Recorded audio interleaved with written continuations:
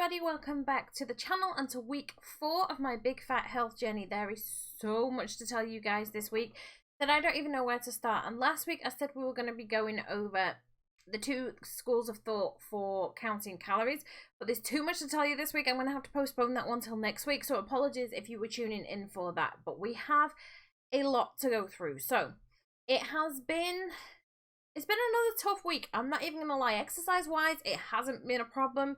Food wise, until Thursday, it was not a problem.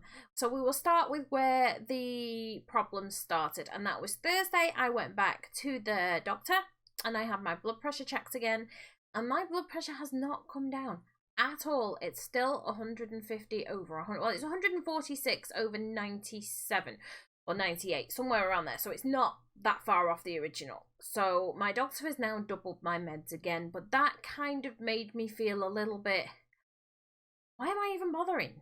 Because I've been taking these meds since November last year. November last year when I first noticed that there was a problem.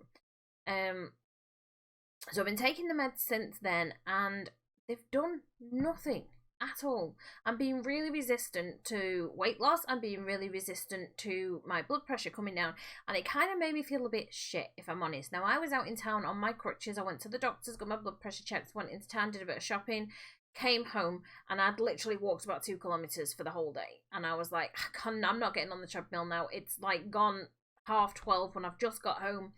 After being out all day, I've got things I need to get done. I'm streaming this evening. I've got to get dinner sorted. So I didn't actually get a chance to get on the bike at all. So there was that. And it kind of put me in a little bit of a downward spiral. Like, I came in, I made lunch, which was healthy enough. And then I grabbed some chocolate. And I didn't get too much chocolate, but I got chocolate. And then Saturday evening while I was streaming, I ate like not a massive bar of chocolate, but like a fairly big bar of chocolate, you know. And it was like, okay, I know I'm not going to lose that much weight this week, but there's other things that we need to look at as well. My mood was one of them. So I've kind of reevaluated and reassessed and everything else, and I've looked at I started off on 1.25 micrograms of the medicine, and then he doubled that to 2.5. He doubled that to 5, and he's now put me on 10, which is a fairly hefty dose. And if this doesn't do anything, I'm going to have to go and see a specialist to get my blood pressure down, because I'm being resistant. So we're going to have to look at a lot of other things that are going on. The doctor was asking me, was I in pain anywhere? Because I had the fracture in my foot, was there maybe that being a factor? Was I stressed? But it should still have come down at that point. It should not be that high. So maybe I'm going to have to see a specialist. I don't know. But, I mean, I'm not getting headaches. I'm not feeling as lethargic as I felt. So the meds are working in that respect. They're just not lowering the blood pressure yet. So we're going to have to keep on the meds with that. Maybe see a specialist. So that kind of put me on a downward spiral for a couple of days, and I kind of kicked my arse on Sunday and talked myself round. I've done research, and that is telling me that while exercise is going to help my condition, it takes about 3 to 4 months of consistent exercise before you're going to see any effect on your blood pressure whatsoever. So I'm going to have to keep going. We've done a month. We've got a month behind us. I'm going to have to keep going. There's no two ways about it. I mean, I'm going to get this walk done anyway, but we're going to have to keep going. So when I got on the scales on Sunday, I've lost half a pound, which I'm pleased about, because I could have put weight on this week, quite easily put weight on this week, but I haven't put weight on this week. And then because it's week 4, I had to do other measurements as well. So I have checked my waist, I've checked my arms, I've checked my legs, because they were the measurements that I took. Now, I haven't actually lost any inches off my legs, which does not surprise me in the slightest, because while muscle takes up around half the amount of space that fat takes up, I have been predominantly exercising my legs because of being on the bike, right? So that's just the way it is. I've just noticed that one of my eyebrows, this one, seems to raise when I'm talking. But anyway, yeah, I didn't really expect to lose that much weight, that much around my legs, and I haven't lost any inches around my legs at all, but there is lactic acid build up, the muscle's starting to build up. That's not a problem, but I have lost an inch around my upper arm, so that's a good sign. That's a sign that the weight's coming off, even though the weight, or my body's reproportioning itself, or something's going on. I mean, the weight's not coming down, it's not coming down dramatically, but I'm losing fat from somewhere. Because obviously I've lost an inch across my arm, and I've lost an inch and a half around my waist, which is great news. great news. So that's 2.5 inches of fat lost from my body over the last month, which is fantastic. I'm going to look on that as a positive. I'm doing something right. I might have only lost 0.5 pound again this week, but it's still weight coming off, and those inches are telling me more than the number on the scales is telling me, so that is very, very, very positive.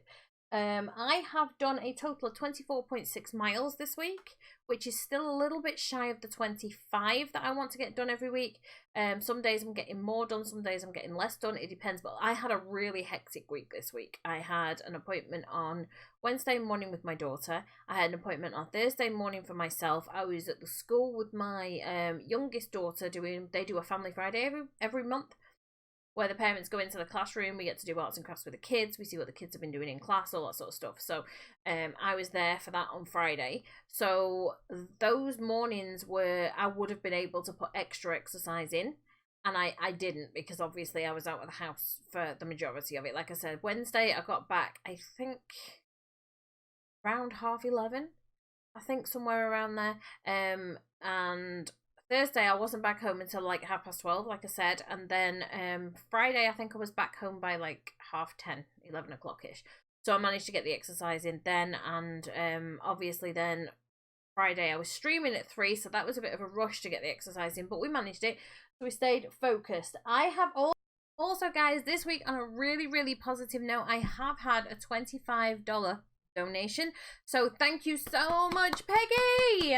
Thank you so much for that donation, sweetheart. It means the absolute world to me. And for those of you who are wondering how it is getting on, I do happen to have a little blanket that I am working on. I'm going to move it a little bit closer so you can see the stitch work. There you go. You can see it's kind of, you can't really see it that well. There you go, you can see like the little waffle stitch pattern, and it is extremely long because it is, like I said, for a double bed. So that is what we have got done so far.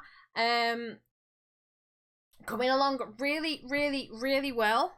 But this week I need to add, let me get my little notes, I need to add a 1/2 row for the weight loss. I need to add 1.5 rows for the inches lost around my waist. I need to add another row for the inch lost around my arm. My brain went dead then. 5 rows for the donations, and three rows for the miles. So I need to do 5, 8, 9, 10, 11 rows. I need to do 11 rows this week, so that is going to be awesome. Now we're just going to have a little bit of a candid chat, you and I, guys. Over the last 4 weeks, okay, I've had about 5 or 6 people who are really well meaning, and please don't take this as a negative attack on anybody. It is really not, because I really 100% appreciate all the research that you've done, all the information that you've given me, all the suggestions that you've given me. I really do appreciate them. But just to be totally candid with you guys, okay, there isn't just my blood pressure that's a problem. I have been on and off heart monitors for the last 12 months while we've been checking. I've been getting pains in my chest, I've been getting irregular heartbeats, I've been getting skipped heartbeats. So I can be sat minding my own business, doing nothing, completely resting, and my heart rate will go from its resting rate of around 86 right up to 120, 130, just from nowhere. And then I will start getting the skipped heartbeats to go along with that. So they would be known as the palpitations, right? So that's what I've been getting. And I've had heart monitors and everything else, and my heart is healthy. Everything is fine. The next stage for that would be to get a scan done on the heart. But we don't, or the doctors don't see the need for that, because every time I've been monitored on ECGs, I've had the 48-hour heart monitors on. I've had stress tests and everything else done. The stress test, they have told me my heart rate goes up very, very, very quickly. Okay, so there's that. I've also got a pre-existing back condition. I had an accident when my little one was 2, so we're talking 14 years ago. I slipped at work, and as I fell, I banged my back into the corner, literally into the corner of a stainless steel sink, and ripped all the muscles, sort of lower back area here. It took a long time for that to heal, and it didn't actually 100% heal, but it got better after I got pregnant with the youngest, so 6 years ago, when all the pregnancy hormones and stuff kicked in and loosened all the ligaments up. That allowed me to start pregnancy Pilates and pregnancy yoga, which then helped me to strengthen my core muscles, which then had an effect on the skeletal muscles, which then made it easier for me to move around and walk without aid and not be on painkillers 24 hours a day, and to not have back spasms, because that was the major one. I will still occasionally get a back spasm and I have to get heat on it as soon as possible, and I need to take painkillers. Occasionally I'll need to take muscle relaxers, so there is that as well as a pre-existing condition. So exercise wise, I had, for a while my brother-in-law was like, try this, try this, try this, try this, and then when he actually got his hands on me, because he's a personal trainer, but he has all the qualifications, the extra qualifications that help him with recovery, right? And when he got his hands on me, he told me, I'm not touching you till you've had an MRI, right? So he then sort of backed off and didn't try exercising, try this, try that, because he's okay. And I did wind him up, because it was constant, oh, if you're in pain, you just need to exercise it. If you're in pain, you just need to exercise it more. If you're in pain, you just need to exercise it more. And then he got a problem with his legs. I can't remember what condition it was, but it was really, really painful and really, really inflammatory. And I just went, sure, you just need to exercise it. And he was like, okay, fine, I get it, you know? So there was that going on. So I've spoken to him. I also have a physiotherapist who works with me through my back and the fact that I am so unfit now.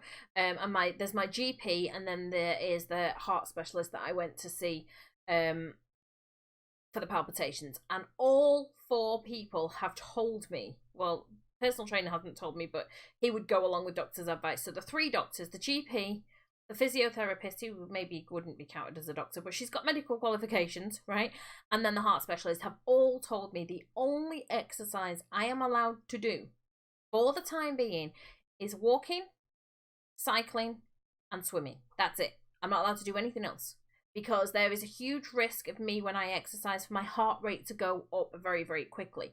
When I'm on the treadmill, when I'm on the exercise bike, I am constantly having to monitor my heart rate. And as soon as it goes up above 125, I have to slow down and take a breather and wait for my heart rate to come back down before I can continue on. Because I have high blood pressure, I am at higher risk of stroke, I'm at higher risk of heart attack, and I have to follow medical advice. I'm not gonna, and I've had 4 or 5 people, have you tried this exercise program? Have you tried that exercise program? Maybe if you did circuits, maybe if you did weights, maybe if you did couch to 5K was even mentioned. I can't do any of those things, guys. It's not that I'm being stroppy. It's not that I'm being lazy. It's not that I'm being resistant to change. I'm just medically not allowed to do them. I'm not medically cleared to do them. So in a few months, we will reassess, and my doctor will then have a look and go, okay, well, maybe you can try this, or maybe you can try that. And I may be allowed.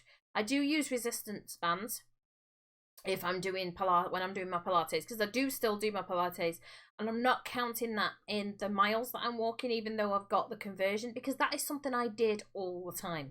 I've been doing it 2 or 3 times a week. Even though I don't go to class anymore, I'm still doing it 2 or 3 times a week at home, because it's the only thing that keeps my back stable and stops me having these spasms. That's the word I'm looking for. So it stops me having those spasms.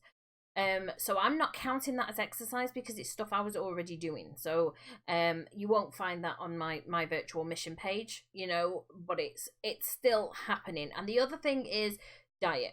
I've had people suggesting so many different diets. I've had people suggesting keto diet. I've had people suggesting fasting diet. People are suggesting counting calories. People are suggesting taking weight loss pills. Are you kidding me? Have you any idea the damage weight loss pills do to your body? Please, guys, don't take them. Don't take them. Now, for me, when I'm looking at what I'm eating and what I'm cutting out, I have to look at something that is sustainable long term. I'm not going to count calories every single day for the rest of my life. It's not going to happen. It's not going to happen. I'll get bored and I'll just stop, right? Or I'll guess. Oh, well, I know how much that is, or I know how much that, and I won't bother to look it up. So that is me being lazy, maybe, but that is the way I am, and that's what's going to happen. I'm not going to do the keto diet, because why would anybody do that to their bodies? And no disrespect to anyone that's done it, but with my research and my background and everything else, I wouldn't. I just wouldn't do it. It's not for me. Weight loss pills are a big no-no. 90% of weight loss pills work by making sure that you're not digesting the food properly, which means you get the shits. That's essentially it. You've got the shits, you're shitting all your food out. That's it. Plain, candid, plain speaking, that is how they work. So, they are a no-no for me. So, when I was going to Slimming World years and years ago, we learned certain foods in moderation. Have as much as you want to eat of these kinds of foods, moderate these kinds of foods. And that's what I'm trying to do right now. Now, my body is being resistant to weight loss, so I am going to pull out an old-fashioned maybe idea, but it's one that we know that works, and it's clinically proven to work, it's medically proven to work. If you're trying to speed up your metabolism, instead of eating 3 meals a day, big ones, eat 6 small ones. Now, I'll be eating 5 because I've split this week I'm splitting my breakfast into 2 meals. So 9 o'clock I'll have the first portion of it, 11 o'clock I'll have the next portion of it. Then my lunch will be split into 2. So 1 o'clock I'll be eating 1 portion of it, and 3 o'clock I'll be eating another portion of it. Then I will have my evening meal with the family. That won't be split because we always sit down around the table, all of us together. All 4 of us, we have a chat about the day and everything else. So I'm not going to eat half my meal then and half my meal later. I'm just going to eat my meal. So I'll be eating 5 meals a day, 4 small ones and 1 regular sized one. And I won't be eating food. Hello, phone. I won't be eating food after 8:30 at night. Anything that goes into my body after 8:30 at night will be fruit, or which you could class as a food, but it'll be fruit or it'll be liquid. That's it. So that is what I'm trying this week because I need to boost my metabolism and get it working properly again. So that's what we're going to do.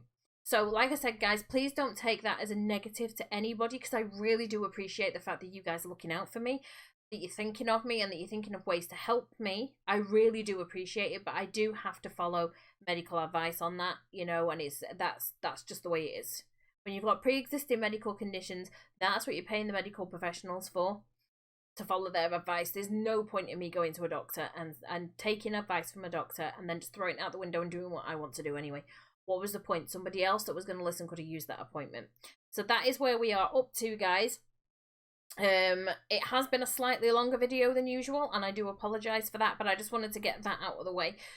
That while everybody is extremely well-meaning and people, I mean, they're watching the videos and it's great. I'm really, really, really pleased that people I've never met in my life are watching these videos and getting something positive from them.